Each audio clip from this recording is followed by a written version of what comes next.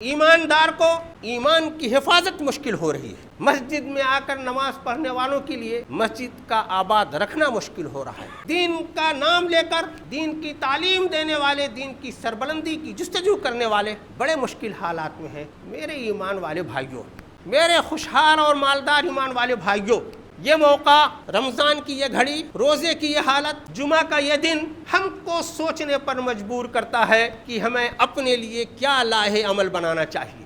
الحمدللہ رب العالمین والصلاة والسلام علی رسولہ الامین وعلی آلہ واصحابہ اجمعین الی یوم الدین۔ اما بعد، قال اللہ تعالی فی کتابہ المجید، اعوذ باللہ من الشیطان الرجیم، انفروا خفافا وثقالا وجاہدوا باموالکم وانفسکم فی سبیل اللہ ذالکم خیر لکم ان کنتم تعلمون۔ وقال رسول اللہ صلی اللہ علیہ وسلم، انفق ينفق علیک۔ برادران اسلام، ہم خوش قسمت ہیں کہ اللہ تعالیٰ نے ہم کو ماہ مبارک سے ملایا۔ آج چھٹا روزہ ہے۔ اس درمیان روزہ رکھنے والوں نے بھوکے اور پیاسے رہ کر اللہ کو راضی کیا۔ مالدار لوگوں نے اللہ کی راہ میں مال لٹا کر اللہ کی رضا حاصل کرنے کی کوشش کی۔ محتاج نے صبر کر کے اللہ کی رضا حاصل کرنے کی کوشش کی۔ قائم نے راتوں میں کھڑے ہو کر اللہ سے تنہائی میں جستجو کر کے اللہ سے قرب کی لذت محسوس کی۔ ہم شعوری طور پر محسوس کر سکتے ہیں کہ عام دنوں کے مقابلے میں ہم مخصوص دنوں میں ہیں، مخصوص حالات میں ہیں، مخصوص کیفیات میں ہیں۔ پیارے رسول صلی اللہ علیہ وسلم اس ماہ مبارک کو پا کر بہت خوش بھی رہتے تھے، بہت بیتاب بھی رہتے تھے۔ خوشی محسوس ہوتی تھی آپ کو دن میں روزے رکھ کر، رات میں طویل قیام کر کے۔ کلفت آپ محسوس کرتے تھے کہ ان حالات میں بھی کبھی جنگ کا سامنا ہے، کبھی مریض ہیں ان کی عادت کے لیے جا رہے ہیں، مسافر ہیں ان کا استقبال کر رہے ہیں، حاجت مند لوگ ہیں ان کی حاجت روائی کے لیے بے چین ہیں، کہ اللہ کے رسول صلی اللہ علیہ وسلم کا ماہ مبارک کی ایک ایک گھڑی نیکی کمانے میں خرچ ہوتی تھی کہ ان ایام میں کس طرح سے اللہ نے جو کہا ہے کہ اس کا اجر بہت بڑھ کر ملے گا، تو کس طرح سے زیادہ نیکیاں کما لیں۔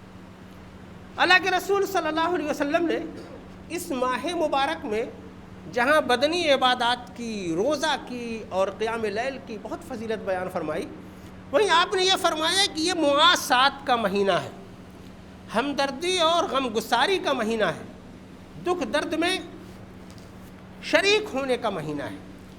حضرت عائشہ رضی اللہ تعالیٰ عنہ فرماتی ہیں کہ اللہ کے رسول صلی اللہ علیہ وسلم بے چین رہتے تھے، جو کچھ گھر میں ہوتا تھا روز کا روز لوگوں پر نثار کر دیتے تھے۔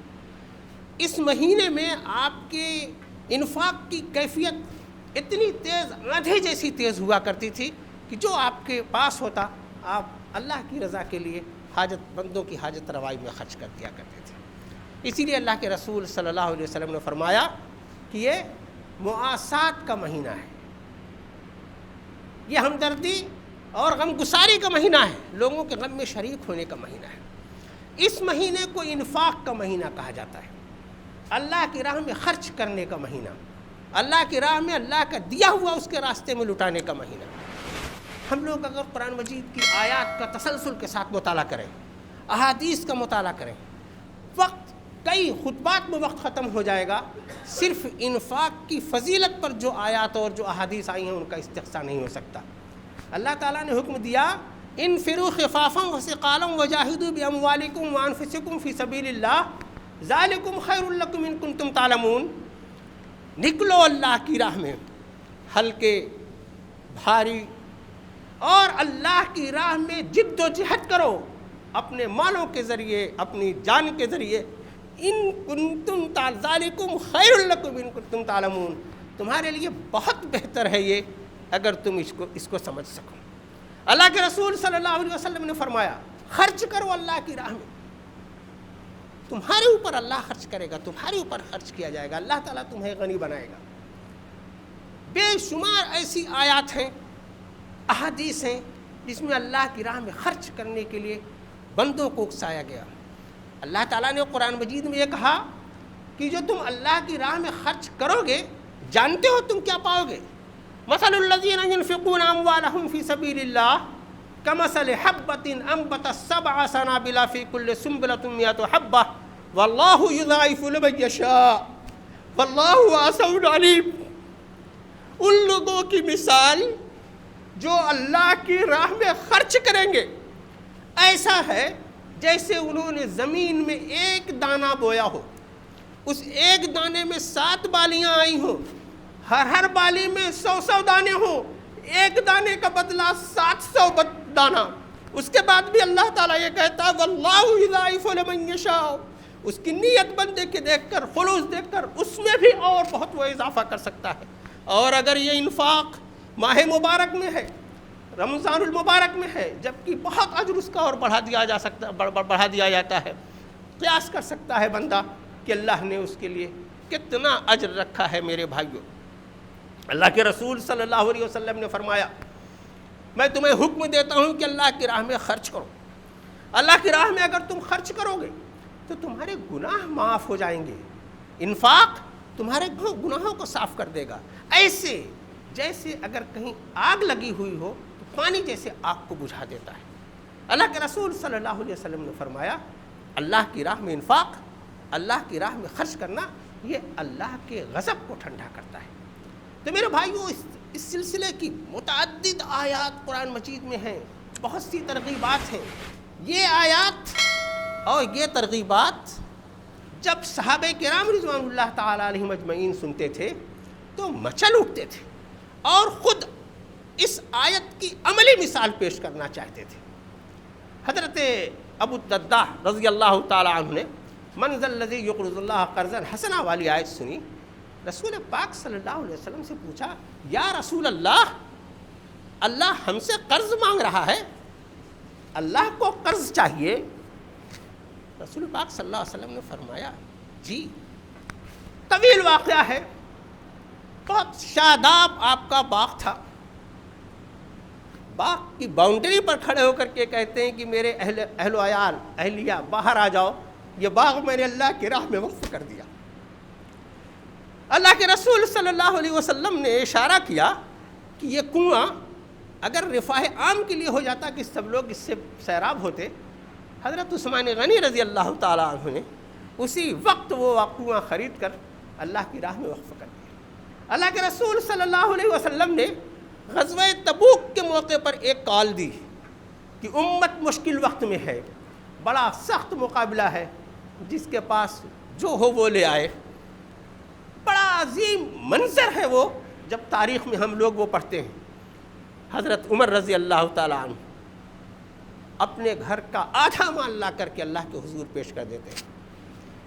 حضرت ابو بکر صدیق رضی اللہ تعالیٰ عنہ اپنا سارا سرمایہ لا کر کے اللہ کے حضور جمع کر دیتے ہیں۔ ایک صحابی رسول، ان کے پاس کچھ نہیں تھا، رات بھر انہوں نے مشقت کی، جو تھوڑی سی کھجور ملی وہ لا کر کے اللہ کے حضور پیش کر دیا۔ اللہ کے رسول صلی اللہ علیہ وسلم نے اس عطیے کو اس پورے ڈھیر پر نثار کر دیا۔ یہ ان صحابہ کرام کی آیات کو پڑھ کر کے اس کی میرے بھائیوں عملی تطبیق تھی۔ یہ دین، یہ قرآن، یہ آیات، رسول پاک صلی اللہ علیہ وسلم کی تعلیمات ہم سب کو اسی طرح سے مخاطب کرتی ہیں۔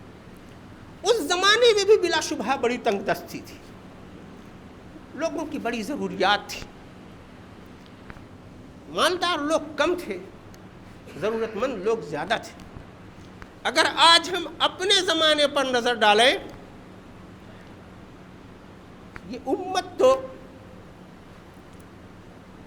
پور مجبور ہے۔ آتھینٹک سروے ہے کہ ہندوستانی قوموں میں سب سے زیادہ پسماندہ خستہ حال قوم مسلمان کی ہے۔ بنگال میں مسلمانوں کی بہت بڑی آبادی ہے، وہاں کے 47% لوگ یومیہ مزدوری پر قناعت کرتے ہیں۔ 3 دن کا لاک ڈاؤن لگ جائے فاقہ مستی کی نوبت آ جاتی ہے۔ 35% لوگ بنگال میں ایسے ہیں جن کے پاس روز مرہ کی ضروریات کا ضروری سامان بھی نہیں۔ اور ہم اتنی دور کیوں جائیں؟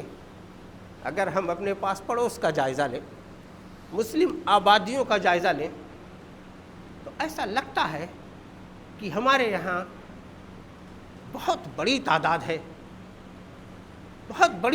ہے ضرورت مندوں کی۔ تو میرے بھائیوں، اللہ کے رسول صلی اللہ علیہ وسلم کی زبان سے ترغیبات سن کر کے، قرآن مجید کی آیات کو پڑھ کر کے، کہ مسلمانوں میں جس طرح سے انفاق کا جذبہ پیدا ہوا اور مسلمانوں نے اللہ کی راہ میں لٹایا، اللہ کا فضل ہے آج بھی باعتبار مجموعی اللہ کی راہ میں خرچ کرنے والوں میں مسلمانوں کا اوسط بہت اچھا ہے۔ ہم دینے والے زیادہ ہیں تو ہمارے یہاں ضرورت مند بھی بہت زیادہ ہے۔ ہمیں اس کا بہت شعوری طور پر ادراک کرنا چاہیے، منصوبہ بندی کرنی چاہیے، اور ایسے بے شمار مقامات ہیں جہاں ہم کو خرچ کرنا ہے۔ ہم صرف قرآن مجید کی آیات اور احادیث کا استقصاء کریں جن کے اوپر خرچ کرنے کی تاکید ہے۔ اپنے اہل و عیال پر اچھی طرح سے خرچ کرنا، والدین پر خرچ کرنا، اپنے رشتہ داروں کی ضروریات کا خیال رکھنا، اپنے پڑوسی کی ضروریات کا خیال رکھنا، یتامہ کی سرپرستی کرنا، ان کی کفالت کرنا، اس طرح کی اور طرح طرح کی ضروریات ہو سکتی ہیں میرے بھائیوں، اور ہر ضرورت کا قرآن مجید میں اور احادیث میں بہت تفصیل سے تذکرہ آیا ہے، اور ہر ایک کی بڑی فضیلت آئی ہے۔ ہم آج جب اپنی جیب میں ہاتھ ڈالیں، اس وقت ہمیں اس منظر کو بھی دیکھنا چاہیے کہ کفر چاروں طرف سے ٹوٹا پڑ رہا ہے۔ ایماندار کو ایمان کی حفاظت مشکل ہو رہی ہے۔ مسجد میں آ کر نماز پڑھنے والوں کے لیے مسجد کا آباد رکھنا مشکل ہو رہا ہے۔ دین کا نام لے کر دین کی تعلیم دینے والے، دین کی سربلندی کی جستجو کرنے والے بڑے مشکل حالات میں ہیں۔ میرے ایمان والے بھائیوں، میرے خوشحال اور مالدار ایمان والے بھائیوں، یہ موقع، رمضان کی یہ گھڑی، روزے کی یہ حالت، جمعہ کا یہ دن ہم کو سوچنے پر مجبور کرتا ہے کہ ہمیں اپنے لیے کیا لاہے عمل بنانا چاہیے۔ ہم خرچ کرتے ہیں ایسے ہی جو ضرورت سامنے آ گئی وہ، لیکن کہاں خرچ کرنا ہے، کیسے خرچ کرنا ہے، یہ سب باتیں بھی قرآن اور حدیث میں بہت تفصیل سے آئی ہوئی۔ خرچ کا 2 طریقہ بتایا گیا ہے۔ اول تو کچھ خرچ واجب ہے ہمارے اوپر، صدقات واجبہ جنہیں کہا جاتا ہے، اور کچھ وہ ہے جو اللہ کی راہ میں اللہ کی رضا کے لیے بندہ خرچ کرے۔ صدقات واجبہ میں زکوٰۃ ہے، صدقۃ الفطر ہے، عشر ہے، نذر ہے۔ زکوٰۃ بالکل اسی طرح سے فرض ہے جس طرح سے روزہ فرض ہے، جس طرح سے نماز فرض ہے۔ اس کے لیے ایک استطاعت شرط رکھی گئی ہے کہ اتنا مال سال بھر رہ جائے تو اس پر 2.5%، سال میں ایک مرتبہ 2.5% لگانا ہے۔ میرے بھائیوں، ہم لوگ آج 1 بوتل پانی خریدنے جاتے ہیں تو اس پر ٹیکس دیتے ہیں۔ ہم لوگ سیلی کلاس کے لوگ ہیں، بہت سارے لوگ آمدنی ہونے سے پہلے ان کا 10%، 20%، 30% ٹیکس وضع ہو جاتا ہے، ہم اسے برداشت کر لیتے ہیں۔ اسلام کا یہ نظام کفالت، 2.5% والا نظام کفالت، یہ خوش دلی سے دیا ہوا پیسہ، منصوبہ بند طریقے سے خرچ کیا جانے والا پیسہ، یہ معاشرے کو خوشحال بنا دیتا ہے۔ اگر ہم اپنی اسلامی تاریخ کو پڑھیں تو اسی 2.5% سے بیت المال نے پورا نظام اور خوشحالی کا ماحول پیدا کر دیا تھا۔ زکوٰۃ میرے بھائیوں ایسے ہی فرض ہے جیسے نماز فرض ہے، تو زکوٰۃ کا حساب ہونا چاہیے، اور بہت قاعدے سے حساب ہونا چاہیے۔ زکوٰۃ ہماری پیسے کی آمدنی پر بھی فرض ہے، ہماری کھیتی کی پیداوار پر بھی فرض ہے، اور ہمارے مال تجارت پر بھی فرض ہے۔ اس طرح کے اور دوسرے مسائل ہیں۔ جہاں کہیں ہماری جس ذریعے سے انکم بنتی ہے اس انکم کا صحیح حساب کرنا اور اس میں سے 2.5% نکال کر اللہ کی راہ میں خرچ کرنا، یہ مطلوب ہے۔ اور یہ کرنے کے بعد ہی ہمارا مال پاکیزہ ہوگا، ورنہ وہ ہمارا اپنا کمایا ہوا 97.5% بھی میرے بھائیوں ناپاک ہو جائے گا، گندا ہو جائے گا، پلید ہو جائے گا۔ اللہ تعالیٰ نے مال کے بارے میں یہ بات بہت وضاحت سے کہی ہے کہ جو مال تمہارے پاس پہنچا ہوا ہے یہ تمہاری اپنی قوت بازو کا کمایا ہوا نہیں ہے۔ یہ مت سمجھنا کہ تمہاری ڈگری کی وجہ سے، یہ مت سمجھنا کہ تمہاری فن کی وجہ سے ہے، یہ مت سمجھنا کہ تمہاری خاندانی وجاہت کی وجہ سے ہے۔ اللہ تعالیٰ تمہیں دینا چاہتا تھا، اس نے تمہیں عطا کیا ہوا ہے۔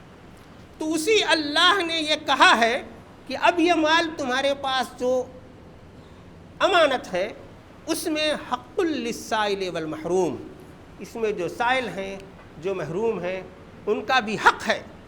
جیسے مال پا کر کے تم خوش ہوئے ہو، ایسے ہی اللہ کی راہ میں خرچ کر کے تم خوشی حاصل کرو، اس کی خوشنودی حاصل کرو۔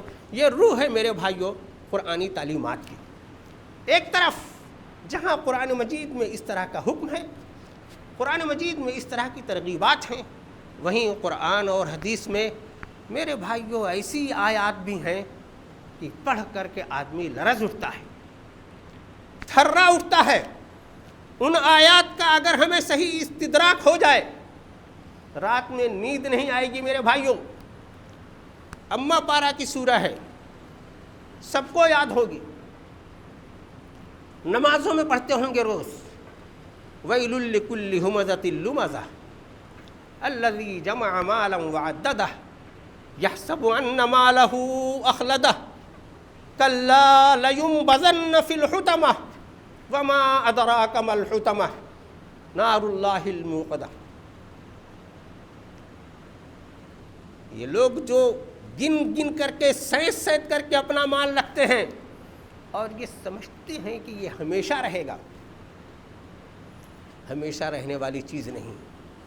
پھر اس کے بعد سخت ترین الفاظ ہیں جہنم کے عذاب کے حوالے سے۔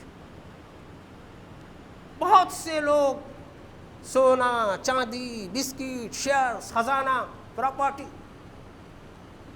فرمایا قرآن مجید میں اللہ تعالیٰ نے والذین یکنزون الذهب والفضة ولا ينفقونها في سبیل اللہ فبشرهم بعذاب علیم۔ جو لوگ خزانے جمع کرتے ہیں، سونے اور چاندی کا ذخیرہ جمع کرتے ہیں اور اللہ کی راہ میں خرچ نہیں کرتے، انہیں شدید ترین عذاب کی بشارت دے دو۔ پھر اس کے بعد کی جو آیت ہے، یاد کرو اس دن کو، یہی زیورات، یہی سونے چاندی کے بسکٹ، یہی خزانہ، اسی کو تپا کر کے اسی سے داغا جائے گا۔ چہرہ، پیشانی، سینہ، پیٹ، ہر طرف سے۔ یہ ہمارا مال ہم کو خود اتنی تکلیف میں مبتلا کرے اس وجہ سے کہ ہم نے یہ گمان کیا کہ یہ ہمارا کمایا ہوا ہے، ہمارے کام آئے گا، ہماری آل اولاد کے کام آئے گا۔ میرے بھائیوں، ہم نے جو کمایا اور جو ایڈوانس اللہ کے یہاں بھیج دیا وہی صرف ہمارے کام آئے گا۔ چھوڑ کر کے ہم جو جائیں گے ان میں سے کچھ کام نہیں آئے گا۔ وَمَا تُقَدِّمُوا لِأَنفُسِكُم مِّن خَيْرٍ تَجِدُوهُ عِندَ اللَّهِ، پہلے سے جو تم نے جیتے جی موقع دیکھ کر کے، رمضان کا موقع آیا رمضان پا کر کے، جو بھی موقع آیا موقع دیکھ کر کے تم نے اللہ کی راہ میں لٹا دیا، اللہ کے ہاں تم اسے پورا کا پورا پاؤ گے۔ پورا بدلہ اللہ تعالیٰ تمہیں دے گا۔ جو کچھ تم کر رہے ہو اللہ اس سے بہت باخبر ہے۔ میرے بھائیوں، رمضان المبارک کی ان قیمتی لمحات میں جو بہت سے نیکی کے کام ہمیں کرنے ہیں، ان میں سے ایک کام یہ ہے کہ ہم اپنی جیبوں میں ہاتھ ڈالیں، گہرائی تک ہاتھ ڈالیں، ضروریات کا ادراک کریں، جس قوم کا ہم حصہ ہیں اس کی صورتحال کا، اس کی مجبوری کا، اس کی مفلسی کا ادراک کریں اور منصوبہ بند طریقے سے اس قوم کو اوپر اٹھانے کے لیے ہم تھوڑا سا دل بڑا کریں۔ اللہ غنی ہے۔ اللہ کے رسول صلی اللہ علیہ وسلم کے بارے میں یہ کہ کانا اجود الناس فی الخیرات، نیکی کے کاموں میں اللہ کی راہ میں خرچ کرنے میں سب سے بڑھ کر کے آپ تھے۔ پیارے رسول صلی اللہ علیہ وسلم کی سنت کی اتباع میں صحابہ کرام رضوان اللہ تعالیٰ علیہ مجمعین نے جو نمونے قائم کیے ہیں، اس طرح کا نمونہ بنانے کے لیے میرے بھائیوں ہمیں بڑا دل کرنے کی ضرورت ہے۔ اللہ کی راہ میں خاص طور سے اس ماہ مبارک میں اس چیز کا صحیح ادراک کر کے ہمیں کچھ لٹا دینے کی ضرورت ہے۔ پورا نہیں حضرت ابو بکر صدیق کی طرح، آدھا نہیں حضرت عمر ابن خطاب رضی اللہ تعالیٰ عنہ کی طرح، پھر بھی اتنا کہ یہ محسوس ہو جائے کہ ہم نے کچھ خالی کیا۔ اللہ تعالیٰ نے قرآن مجید میں کہا ہے کہ تم نیکی کرنا چاہتے ہو تو اصلی نیکی یہ ہے حتیٰ تنفقوا مما تحبون، جو تمہیں بہت پسند ہے، بہت عزیز ہے، وہ اللہ کی راہ میں لٹا دو۔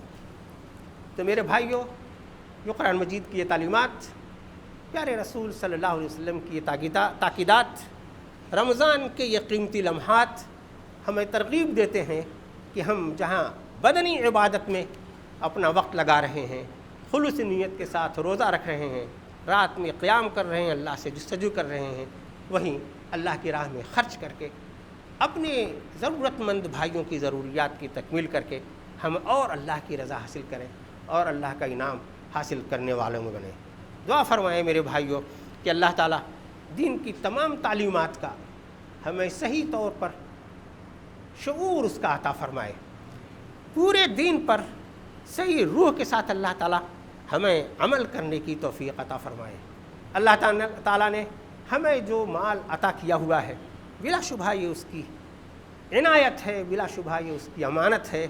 اللہ نے اس میں جو ضرورت مندوں کا حصہ رکھا ہے، ہمیں وہ حصہ پورا ادا کرنے کے اللہ تعالیٰ ہمیں توفیق عطا فرمائے۔ بارک اللہ لنا ولکم فی القرآن العظیم ونفعنا وإیاکم بالآیات والذکر الحکیم، انہ تعالی جواد کریم ملک ذو الرؤوف الرحیم۔